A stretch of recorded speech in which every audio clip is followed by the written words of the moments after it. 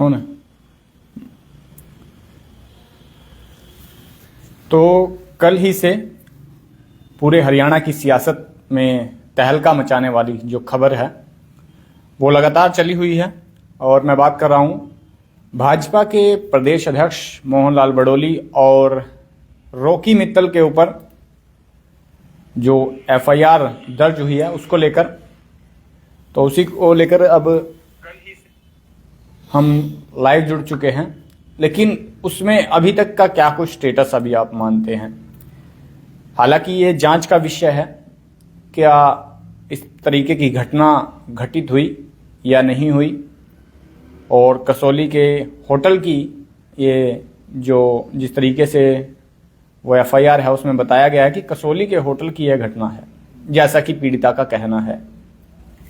लेकिन रॉकी मित्तल ने अभी जो आज तक को इंटरव्यू दिया है या फिर तमाम चैनलों पर उनकी बाइट चली हुई है, और मीडिया से बातचीत करते हुए वो कह रहे हैं कि ये जो भाजपा में भाजपा नेताओं से आपस में इनकी अंदरूनी लड़ाई है।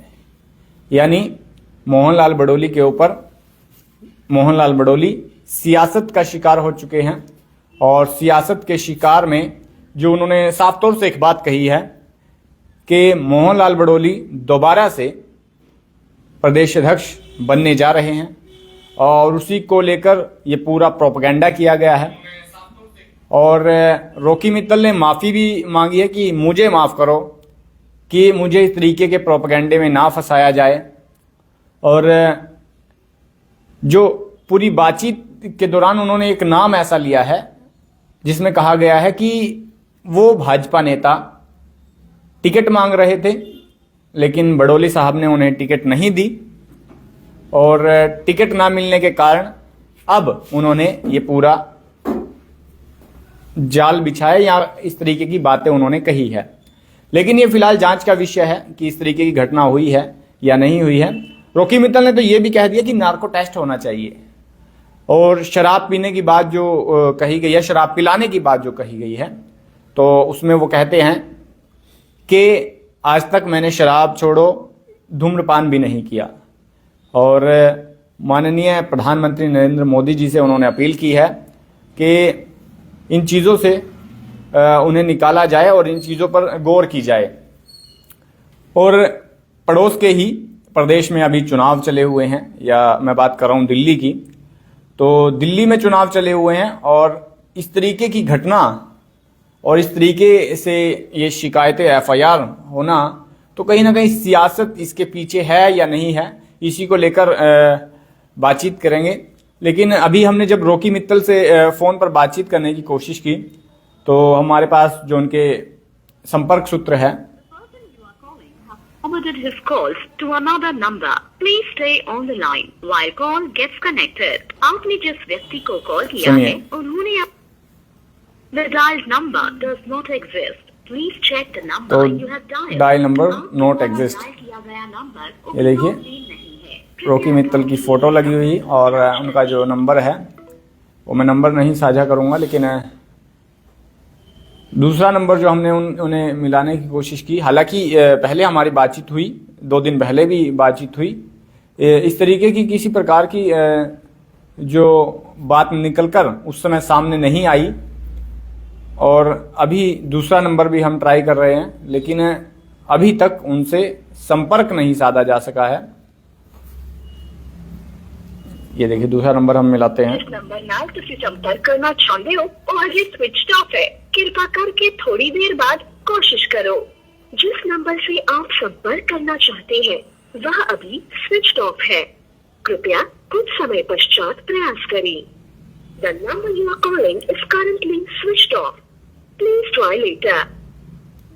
लो जी, तो यानी रॉकी मित्तल जो पहले ही भाजपा का दामन छोड़ चुके हैं, और उनका कहना है कि उन्हें गवाह बनाने को लेकर दबाव बनाने की कोशिश की गई, और दबाव बनाने को लेकर उन्हें कहा गया कि आप मोहनलाल बड़ोली के खिलाफ या फिर मोहनलाल बड़ोली के लिए की गवाही दीजिए, जैसा कि उनका कहना है। हालांकि ये तमाम चीजें जांच का विषय है और अभी किसी प्रकार की जो सच्चाई जो सामने आएगी वो जांच के बाद ही आ सकती है।